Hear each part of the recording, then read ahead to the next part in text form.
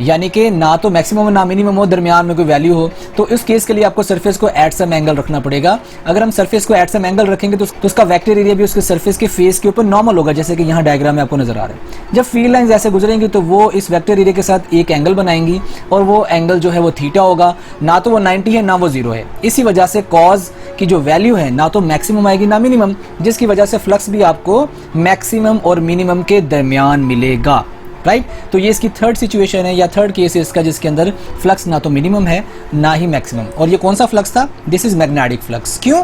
क्योंकि यहाँ जो आप फील्ड लाइंस ले रहे हैं these are magnetic field lines, जो कि किसी मैग्नेट के नॉर्थ से साउथ पोल की तरफ जा रही है, राइट बेटा।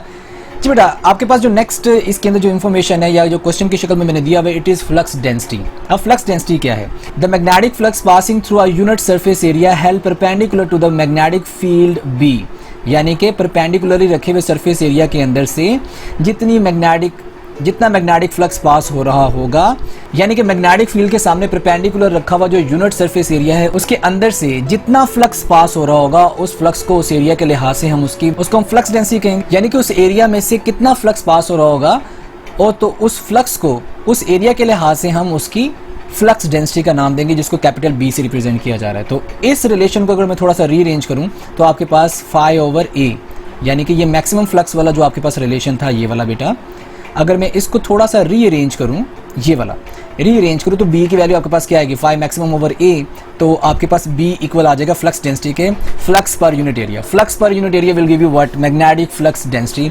तो फ्लक्स डेंसिटी क्या है? फ्लक्स पर यूनिट एरिया, और वो फ्लक्स किसकी वजह से? मैग्नेटिक फील्ड b की वजह से, फील्ड की स्ट्रेंथ b है, तो b आपके पास फ्लक्स डेंसिटी है। तो यहाँ इसका जो b का यूनिट है वो टेस्ला है। टेस्ला एक साइंटिस्ट का नाम था, बहुत मशहूर साइंटिस्ट है, लेकिन बहुत कम लोग जानते हैं इसके बारे में। तो टेस्ला जो है एक साइंटिस्ट का नाम है, जिसको पूरा लिखा जाए तो स्मॉल टी से रिप्रेजेंट करेंगे, और उसको सिंबॉलिकली लिखा जाए तो वो कैपिटल टी आएगा उसका सिंबल। आपको मैंने इसी लेक्चर में बताया कि फाई का जो यूनिट है वो क्या? वेबर होता है, राइट। और ये एरिया, तो उसके मुताबिक टेस्ला बराबर होगा वेबर पर मीटर स्क्वायर। तो कोई एरिया का यूनिट क्या होता है? मीटर स्क्वायर, और फ्लक्स का क्या होता है? वेबर। तो वेबर पर मीटर स्क्वायर आपके पास क्या है? आपके पास फ्लक्स डेंसिटी का यूनिट है, जो कि टेस्ला के बराबर आएगा। जी बेटा, आज हमारा जो नेक्स्ट टॉपिक इसका टाइटल है एम्पेयर्स लॉ, या इसको बाज़-औक़ात एम्पेयर्स सर्किटल लॉ भी कहते हैं। आपको पता है एम्पेयर एक साइंटिस्ट का नाम है। इस साइंटिस्ट ने, जिसका नाम एम्पेयर है, इसने एक लॉ पेश किया था, और वो लॉ क्या है उसकी हम स्टेटमेंट सबसे पहले देख लेते हैं कि एम्पेयर्स लॉ की स्टेटमेंट क्या है।